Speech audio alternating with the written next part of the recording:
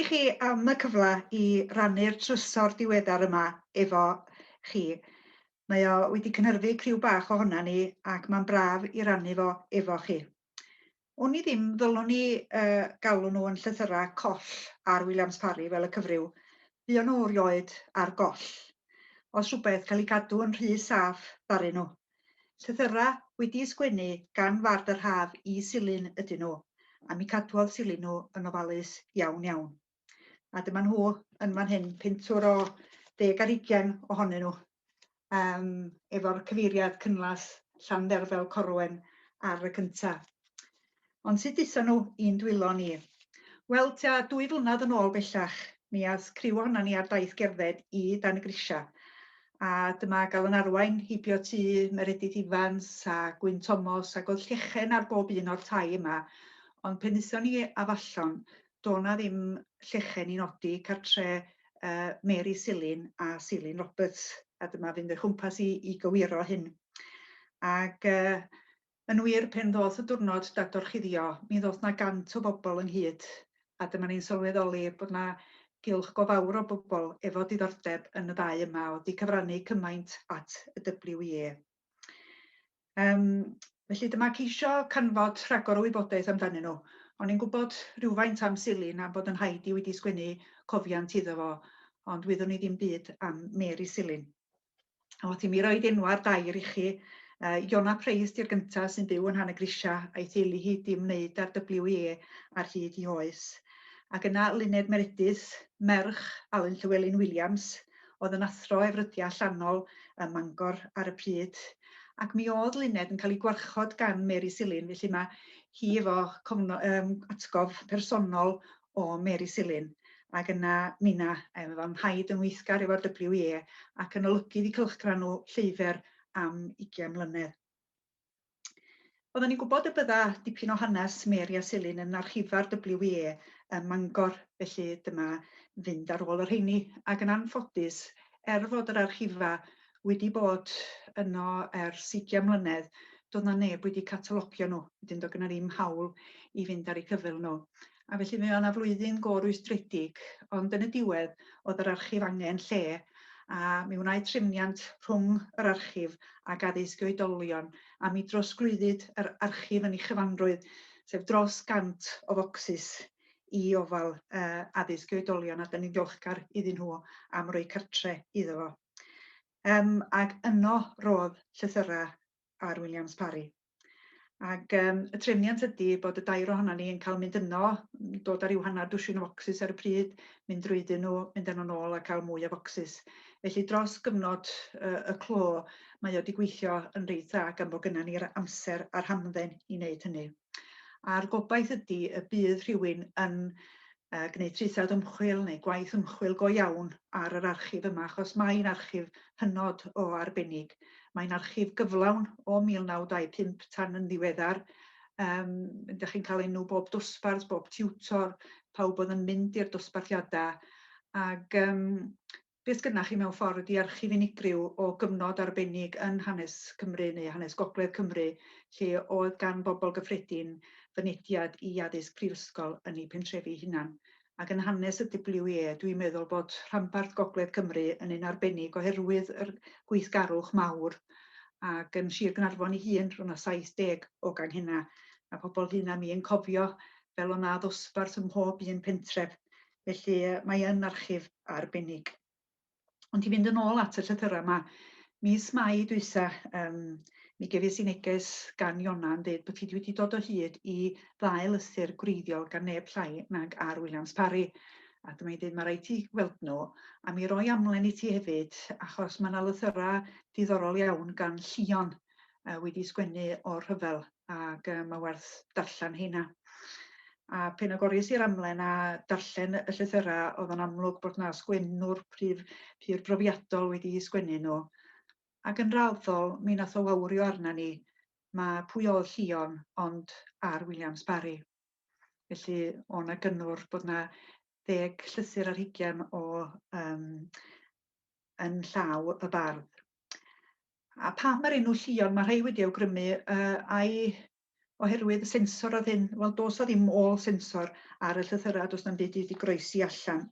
Ond lluon oedd ffug enw R Williams Parry pen enillodd o y gader am awdl yr haf yn Steddfod Colwyn 1910. Ond nid y fo'n unig oedd yn galw ei hun yn lluon, mae'n awthyr yn yr archif gan Eifion Wyn yn gofyn i Silin sut mae lluon bellach. Felly, yn amlwg o fewn cylch bychan fel lluon oedd R Williams Parry yn cael ei nabod. Cyfnod y llythyrau ydy rhwng 1913 a 1918, sef cyfnod y rhyfel mawr yn fras. Mae yna ryw 3 llythyr ar y diwedd yn perthyn i gyfnod diweddarach, ac yn ddiddorol fel R Williams Parry, mae o'n arwyddo'r llythyrau yma, dim ond yn cyfnod y rhyfel, mae o'n galw ei hun yn lluon, a mae'r llythyrau i gyd wedi sgwennu at Silin. Gweinidog efo'r Methodistiaid yn Hanner Grisia oedd R Silin Roberts, ac er i fod o 2 mlynedd ar 10 yn hŷn na Williams Parry, mi roedd y ddau yn dod o Ddyffryn Nanlle ac yn nabod ei gilydd yn iawn. Mi fydda teulu Williams Parry enghraifft yn gybyddus efo gwaith Silin yn gwybod fod wedi ennill y goron yn Eisteddfod Bangor ym 1912, a 2 flynedd cyn hynny oedd Silin wedi torri cwys newydd mewn barddoniaeth Gymraeg drwy gyhoeddi y gyfrol Telenigion ar y cyd efo W.J. Griffith. Yn ei dro, mi fydda Silin wedi dilyn hynt a helynt Williams Parry efo diddordeb, ac er i fod o wedi gadael Dyffryn Nanlle, mi fydda wedi llawenhau efo Williams Parry pan enillodd o yr gader yn Steddfod Colwyn yn 1910 efo awdl yr haf, ac wedi hynny, fel Bardd yr haf, oedd Williams Parry yn cael ei nabod. Ac roedd y ddau yn uneidia hoff cytun, a dwysau wnaeth y cyfeillgarwch wrth i'r blynyddoedd fynd yn ei blaen. Felly, erbyn dyddiad y llythyr cyntaf 1913, mi oedd Silin newydd adael Hanner Grisia wedi gadael y weinidogaeth ac wedi cael swydd efo'r Brifysgol yng Nghaerdydd fel ysgrifennydd bwrdd y penodiadau. Mi o'n y bryder bod Graddedigion Cymru ddim yn gallu cael swyddi yn rhwydd, a dyna swydd Silin oedd canfod swyddi i bobl oedd wedi gradio ym Mhrifysgol Cymru. Mi gafodd o dŷ yn y Barry drwy help Tom Jones, ffrind a chydweithiwr i Lloyd George, ac yn y Barry yr adeg yna, o'na gylch dylanwadol o bobl ddiwylliedig. Yn ei mysg nhw, Edgar Jones, prifathro Ysgol Ramadeg y Bechgyn yn y Barry, a thad Gareth Jones, lle bod rhai o'na chi wedi gweld y ffilm ohono fo rai blynyddoedd yn ôl, Mr Jones, a sut lladdwyd Gareth gan Leo Stalin. Ac wedi cyrraedd y Barry, mi ddoth Silin yn rhan o'r criw yma, ac o fysg y criw yma, cododd y cylchgrawn dylanwadol The Welsh Outlook, sef cylchgrawn yn yr iaith Saesneg at y di-Gymraeg i drafod Cymru a'r pethau. Ac is i'n ffodus rhyw flwyddyn yn ôl ges i sgwrs efo Eirin Ogwen, ges i ar y ffôn am awr efo fo, ac yn cael agoriad llygad am yr bywiogrwydd yma oedd yn nhref y Barry, a dio ddim syndod ym 1920 bod y Steddfod Genedlaethol wedi gwahodd i'r Barry. Un o'r pethau cyntaf nath Silin wedi cyrraedd y Barry oedd denu pobl eraill ato fo, ac un o'r rheina oedd Williams Parry. Ac o Williams Parry yn berffaith hapus yn byw yng nghefn Ddwysarn, yn athro yn yr ysgol gynradd yno, yn ôl Anal Llwyd, un o flynyddoedd hapusa i fywyd o. Ond gymaint oedd carisma, pherswad a chyfeillgarwch Silin, mi lwyddodd o i berswadio Williams Parry i adael cefn Ddwysarn a dod i'r Barry fel athro Cymraeg a Saesneg yn Ysgol Ramadeg y Bechgyn. Mi ddoth Williams Parry yn rhan o'r cylch yma yn y Barry, ac oedd yn ymweld â Silin a Mary ryw deirgwaith yr wythnos, ac un arall gafodd ei berswadio i ddod i fyw i'r Barry oedd Llew Williams, un arall o hogia Dyffryn Nanlle. Mi ddoth o yn y weinidog i dref y Barry tua'r un cyfnod. O ran fy hoff lythyr, mae hwnna'n dyddio nôl i 1915, a beth ydi o, disgrifiad byw iawn o Steddfod Tanrallt, a i rhai o'na chi sydd ddim yn gybyddus efo'r ardal yma, pentref bach ydi Tanrallt, rhwng Llanllymni a Thalasarn. Dydi o fawr mwy na ciosg a chapal a ryw 10 tŷ. ond pentre diwylliedig iawn. Enghraifft hogyn tu capel priododd chwaer Silin a nhw oedd rhieni neb llai na Mathonwy Hughes. Ac os owch chi i Lanllyfni a troi i'r chwys mewn rhyw hanner milltir, mi ddowch chi at bentre Tan Rallt, a mae'n olygfa wych o'r Wyddfa. Mi oedd y capel yn allweddol i deulu Silin, enghraifft tad Silin oedd un o'r rhai gododd y capel. Yn y capel yna rhoddodd Silin i breges gynta, ac mi oedden nhw yn bentre oedd yn cymryd i Eisteddfod o ddifri. A dio ddim yn syndod yn Rhagfyr 1915, mae Silin gafodd i wahodd i feirniadu ac i arwain Eisteddfod, ond oedd Silin methu mynd. Ac mae'n gofyn i Williams Parry, fysa chi yn arwain Eisteddfod yn fy lle i, a mae Williams Parry yn cytuno. Ac nid bach o beth oedd hyn i Williams Parry, achos dyn swyl oedd o, dyn y cysgodion, ac o gas gyda fo wneud pethau cyhoeddus, ond mae o'n gwneud mwyn i ffrind. Ond dyna be ydy'r llythyr cyntaf, report 6 ochr yn disgrifio yr noson, ac mi oedd y noson yn drychineb. Mi nath Williams Parry smonach llwyr ohoni. Ond dwi wedi deud yr aml fydda hon yn gwneud penod wych o Come On Midfield. Mae Williams Parry yn sgwennu'r llythyr o'i wely achos bod gynno fo anwyd, ac o gynno fo anwyd ar noson Eisteddfod, oedd o dipyn bach o hypochondriac. Ond mae o'n deud yn noson Eisteddfod oedd i ben o fel meipan a'i waed o'n llawn o ammoniated quinine, beth bynnag ydy hynna. Mae o'n cychwyn arwain efo jog, mae honna'n syrthio'n fflat, mae'r gynulleidfa'n smalio chwerthin, ac ar ei lawr mae pethau'n mynd wedyn. Ac mae o'n gwneud llanast llwyr o feirniadaeth y brif adroddiad. Bachgen a merch ifanc oedd yn cystadlu ar y brif adroddiad.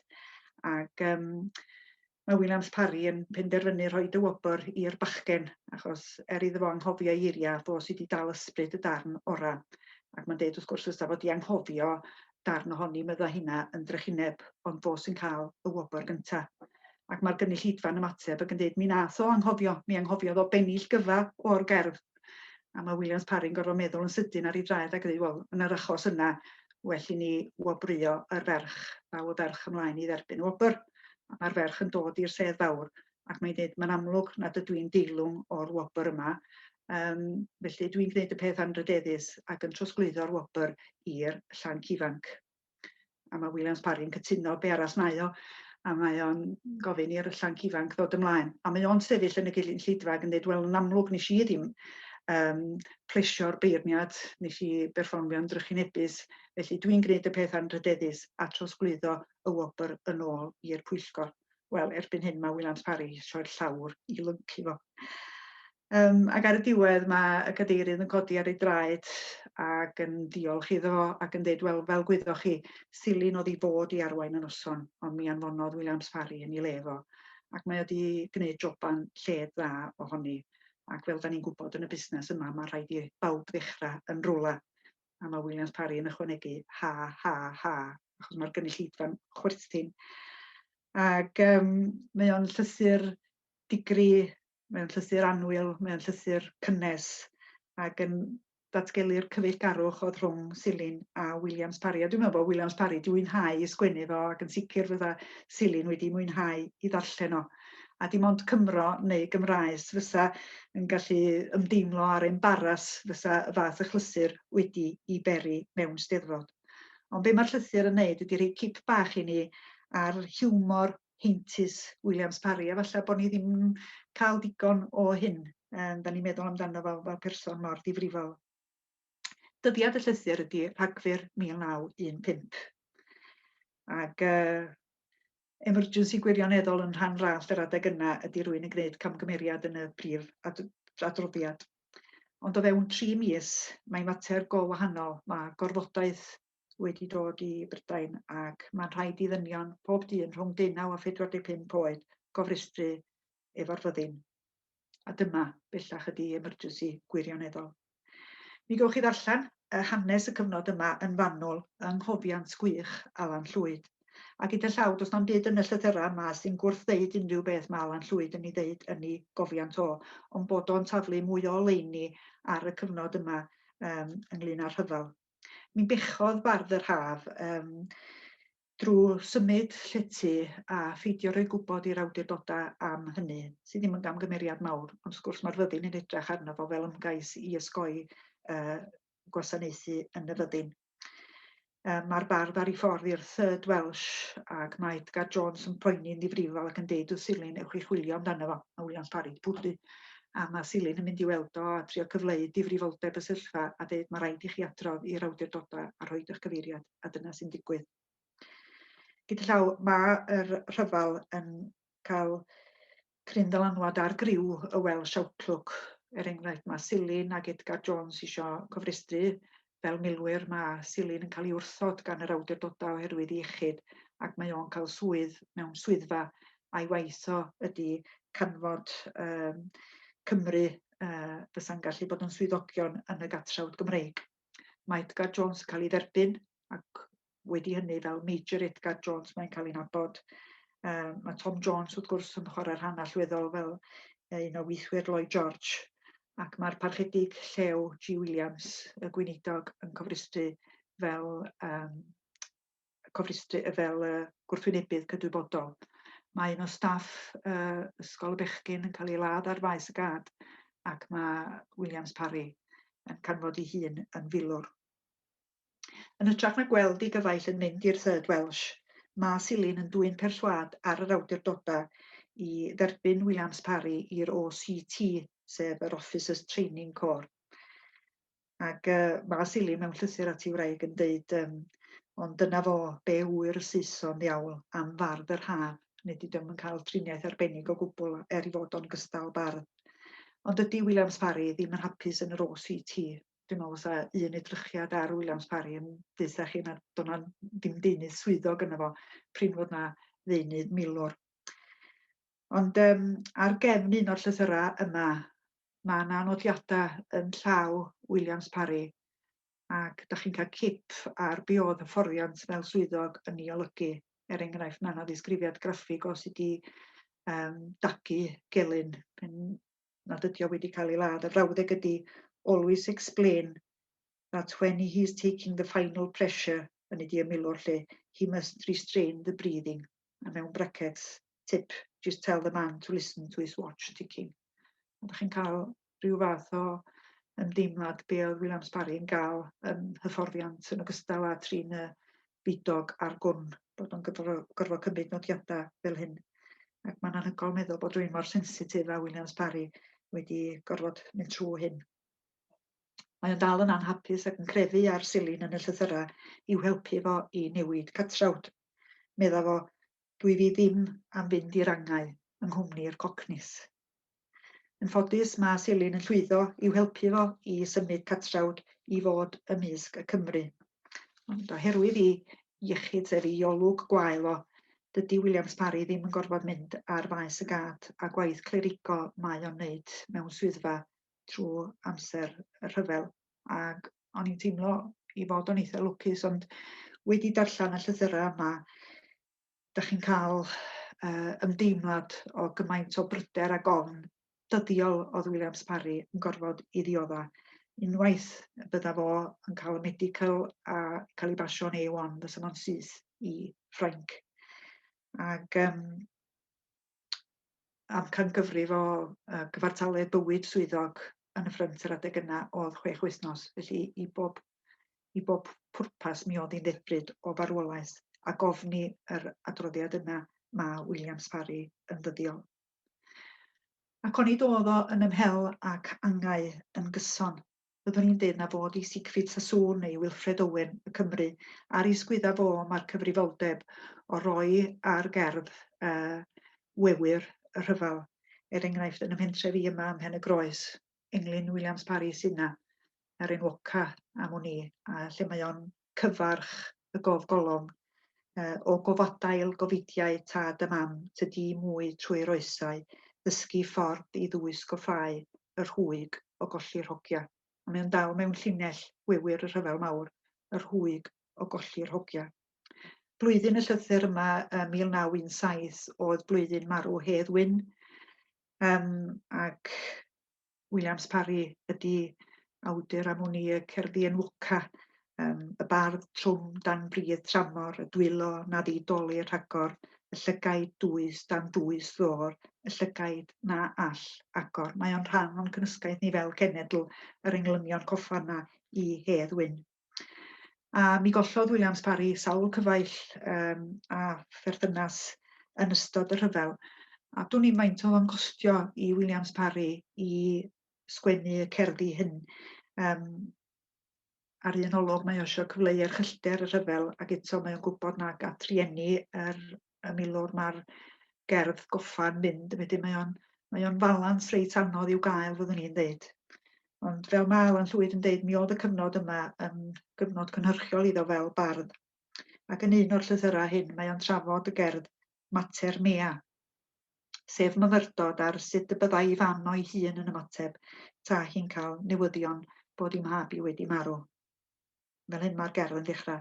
Pe mrhoddi dinau i orwedd dan y lloer yn ddwfn ddienw mewn anhysbys ro. Ac mae'n gorffen wrth gyfeirio at ei fam, gan alw trwy'r nos arw ar ei Christ, ac ar ei bachgen trwy'r dywarchen drist. Ond nhw'n gerddi ungol gan mlynedd yn ddiweddarach wedyn i fod yn gyfarwydd efo cannoedd o gerddi rhyfel. Ond pe mae Silin yn derbyn y soned Gadael Tir, mae o'n dechrau pryderu mewn gwirionedd am fod ei ffrindo yn dioddef o iselder pur difrifol. Ac agnostig oedd Williams Parry, a doedd o ddim yn derbyn y nefoedd fel cysur neu bydda na fyd tu hwnt i'r bedd. Mae o'n ymlawnio efo hynna hefyd. Ac fel hyn mae soned Gadael Tir yn mynd. Tan ddelo'r dydd, i mroddi cyfri fri, om goruchwiliaeth ar y ddaear lawr, a dyfod hyd y fan lle clywir rhy y môr a'r benryn tragwyddoldeb mawr. Pen o'n i'n darllen y gardd yma am y tro gyntaf, o'n i'n derbyn bod hwnna'n eitha disgrifiad o'i gyflwr o am gyfnod, ond dyna lle mae Williams Parry a'r benryn tragwyddoldeb mawr am 2 flynedd yn ofni cael ei anfon i Ffrainc ac yn gorfod dioddau diflastod byw o ddydd i ddydd fel milwr. Ac mae'r gerdd yn gorffen fel hyn. Un a wybu gariad ond at brydd, rhyw uffern lonydd leddf a ryw bell ros, lle chwydd atgofus dangnefeddus wynt, hen gerddi gwesty'r ddaear garodd gynt. Ni hiraeth am hen westy'r ddaear bydda gan Williams Parry. A mae Silin yn anfon llythyr at ei ffrind ac yn holi am ei iechyd meddwl a gofyn os ydy'n dioddef o iselder. Sgynna ni'n copi o'r llythyr yna, ond mae gynna ni gopi yma o ateb Williams Parry. A fel hyn mae Williams Parry yn ateb. Doedd y soned namyn cynnyrch mwd ac nid cyflwr parhaol, nid i mae o'n sicrhau Silin nad ydy o'n dioddef o iselder difrifol. Ond onid ydy barddoniaeth namyn barometr yr enaid yn marcio penllanwr nwyda. A dwi wrth y modd efo'r disgrifiad yna mewn chydig o eiriau mae Williams Parry wedi diffinio be di barddoniaeth. Barometr yr enaid yn marcio penllanwr nwyda. Ond os ydy llythyr tan rallt ar Steddfod ar un pen o'r sbectrwm, mae'r llythyr hwn ar yr eithaf arall. A be mae Williams Parry wneud yn y llythyr yma ydy dadansoddi i gyflwr meddwl, i sgrifio be di'r uffern lonydd leddf. Ac mae o'n neud joban go dda o ddadansoddi ei hun. A trio roid i fys ar union beth sy'n peri y dioddefaint iddo fo, a fel hyn mae'n mynd. Fel y dywedwch, y rhai sydd fwyaf ffyddiog y dont adre nôl yw'r rhai sydd yn hir aros yn y wlad bell. Ac yna mae'n datgan, nid ofn angau sydd arnaf. Petai a berthyf yng nghorpws yn rhywfaint o help i'm king and country, cymerwn fy inoculatio heno efo strycnin, os yw hwnnw'n fwy marwol na rhywbeth arall. Nid dwi'n ofn marw, tas nhw'n cael injection o wenwyn, a bydda hynna yn cyflawni'r dyletswydd at king and country, yna mi dderbynion ni hynny. Mae'n mynd ymlaen i ddeud, yr incidentals mewn rhyfel yw'r pethau gweitha. Mae'r bedd ei hun yn drigarog iawn, ac yna mae'n rhestru yn incidentals. Oerni, cwmni anghydnaws, unigrwydd, diflostod, gerwyndra, dyn a natur. Dyna yw'r pethau mwyaf anymunol ynglyn â hwy. Cerdded i mewn i hyt, a dim un o'r lliaws Cymru a Saeson yno, y gallwch gael sgwrs gall efo nhw am hanner munud, heb sôn am hanner awr. Dim ond sôn am sbri a'r gwn mawr. A chwarae teg i'r milwyr, hynny di'r ymddygiad macho a sôn am yr gwn mawr, rhyw guddied oedd hynna, be arall bydden nhw'n sôn amdano fo. Hynny di'r dewis arall oedd penrhyn tragwyddoldeb mawr, lle mae Williams Parry yn myfyrio arno fo ac bron iawn yn colli bwyll. Ac yna mae newid cywair yn llwyr. Ond bydd y sens of hiwmor yn dod i'r resgiw yn aml. Fel y dywedais wrthych o'r blaen, ni fyddai'n ddim gen i fod mewn bayonet charge efo ysbrydion etholedig. A fel pwy ma ddewis, fel Hamlet neu Elidir Sais. A jyst yn y frawddeg yna, da chi'n gweld cartŵn abswrd. Rydych chi'n meddwl am rywun mwy anghydnews mewn bayonet charge efo Elidir Sais na Williams Parry. Ac yna mae'n datgan, mae'r rhyfel heb ei rhamant yn waeth na marwolaeth. A fydda Silin yn gallu amenio hynny. Hynny di, hyd yn oed pe mae o ar ei fwyaf difrifol, mae o'n gallu dangos peth hiwmor. Mae'n llythyr anhygoel. Ond yr hyn nath at ynghalon ni oedd yr ôl nodyn, fel hyn mae'r ôl nodyn yn darllen. P.S. Rhaid i chi ddim sôn am y soned yn y goleuad. Mi gannaf epig ar ei chôl. Ac os byddwch eitha byw ar fy ôl, yr unig beth oedd yna i chwi yw dod â llyfryn ex-battery office bach o'm gwaith allan. Yn gywir, llion. Pryd hynny oedd Williams Parry yn reit grediniol y bydda fo yn marw cyn Silin. A'r unig gais i gynno fo gan ei ffrind ydy iddo fo gyhoeddi cyfrol fechan o'i farddoniaeth o. Dyna be oedd Silin wedi wneud yn ystod 1917, casglu ynghyd gerddi Hedd Wyn a'i cyhoeddi nhw dan y teitl Cerddi'r Bugail. Ac roedd yr elw o'r gyfrol honno yn mynd i gronfa goffa Hedd Wyn. Silin oedd ysgrifennydd y pwyllgor coffa a'i freuddwyd oedd cael cerflun o Hedd Wyn yn Rawsfynu i bentref genedigol. Fo'n naturiol felly i fardd yr haf fynd ar ofyn Silin a dweud nhwch chi gasglu yng ynghyd. Ond ddath i ddim i hynny. Mi fu Williams Parry fyw, ond o fewn 10 mlynedd i'r llythyr yma, mae Silin yn marw yn ŵr 59 oed ac yn gwbl girybydd. Mae marw Silin yn dychryn Cymru gyfan, ond i Williams Parry mae'n golled bersonol. Mae wedi colli un o'i ffrindiau gorau.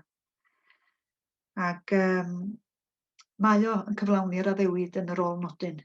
Ni sgwennaf epig ar ei chôl. Yn wir, mae'n sgwennu 2 epig. Mae'n sgwennu y gerdd Yn Angladd Silin a'r llall Yr Hen Sosialydd. Roedd y WA yn hynod bwysig i Williams Parry, ac roedd o'n diwtor ymroddedig. Roedd o hefyd yn driw iawn i'r ysgol haf yn Harlech ac yn cydweithio efo Silin i drefnu yr ysgolion haf hyn. Ac yn ei gerdd Yr Hen Sosialydd, yr hyn mae Williams Parry yn ei wneud ydy mynd at fedd Silin a trio meddwl sut mae deffro i ffrind. Mae o'n meddwl am y pethau oedd yn bwysig yn ei fywyd o i weld fysa hynna yn dod â fo nôl yn fyw. Mae o'n meddwl am y sasiwn ac yn trafod y sasiwn a gweld os oes unrhyw gynnwrf yn y gro, ddim byd. Mae o wedyn yn trafod Eisteddfod, sefydliad pwysig iawn i Silin, dim ymateb. Mae o'n meddwl mor bwysig oedd addysg, mae'n sôn bod yna gynhadledd addysg i weld fysa hynna'n ei ddeffro fo, dim ymateb. Ac yna mae o'n meddwl mi soniau am ddosbarth i oedolion a bod angen athro ar griw bach o bobl, a mae hynna yn gwneud y tric. Yna anadlwn trwy y glyn, neges gyffroes y geiriau hyn. Yn Llanymynydd y mae gwanc addysg ar ddeunaw disglair lamp. Ei doniau'r awron sydd dan rwd, o ddiffyg cymorth athro brwd. Ni lwydda bolltau dorau dwys i gadw Silin dan y gwys. Nid i pe mae o'n Williams Parry yn dweud mae yna ddosbarth o bobl ifanc a maen nhw angen athro. Mae'r bedd yn agor a mae Silin yn dod yn fyw. Dyna freuddwyd Williams Parry. Dwi'n falch fod Williams Parry wedi cael ei gadw rhag y ffrynt. Bod i olwg byr o wedi gadw fo'n B1 a B2. Dwi'n falch i fod o wedi cael gweld diwedd y rhyfel. Ac mae'r llythyr, un o'r llythyrau olaf, y llythyr yma, yn cael ei sgrifennu ar yr 11 o'r 11 mis ar 10, 1918. Glory be, hallelujah, bendigedig. Wele gyfiawnder fel y môr a heddwch fel tonau'r môr. Yr oedd yn rhy o'r foledus i sgwennu bron. Rhaid i mi fynd i'r synagog neu'r dafarn. Wrth gwrs mae o'n dychwelyd at y ddelwedd yna 20 mlynedd yn ddiweddarach yn ei soned enwog Cymru 1937. Chwysef i'r synagog neu chwysef i'r dafarn. Ac oedd o'n wefr darllen y llythyr yma yn 1918 a darllen y frawddeg yna. Rhaid i mi fynd i'r synagog neu i'r dafarn. Wel, dydy amser ddim yn gadael i mi ymelaethu mwy, ond gobeithio mod i wedi codi cwr y llen ar y casgliad gwbl arbennig yma sydd yn drysor yn wir. Y cwestiwn yn awr ydy be i wneud efo y llythyrau yma. Fel y dydys i, mi garwn ni fyfyriwr ymchwil wneud astudiaeth fanwl o'r casgliad cyfan o archifa y WEA. Ond mae siŵr na lle cywir y llythyrau yma ydy efo archif swyddogol R Williams Parry yn yr archifdy ym Mhrifysgol Bangor. Ond cyn iddyn nhw fynd dan glo, mi garwn ni yn fawr petai arddangosfa yn cael ei threfnu o'r llythyrau yma mewn man cyhoeddus fel bod modd i'r cyhoedd gael gweld nhw a'i darllen nhw efo'i llygad eu hunain. Diolch yn fawr i chi am wrando a diolch am eich diddordeb chi.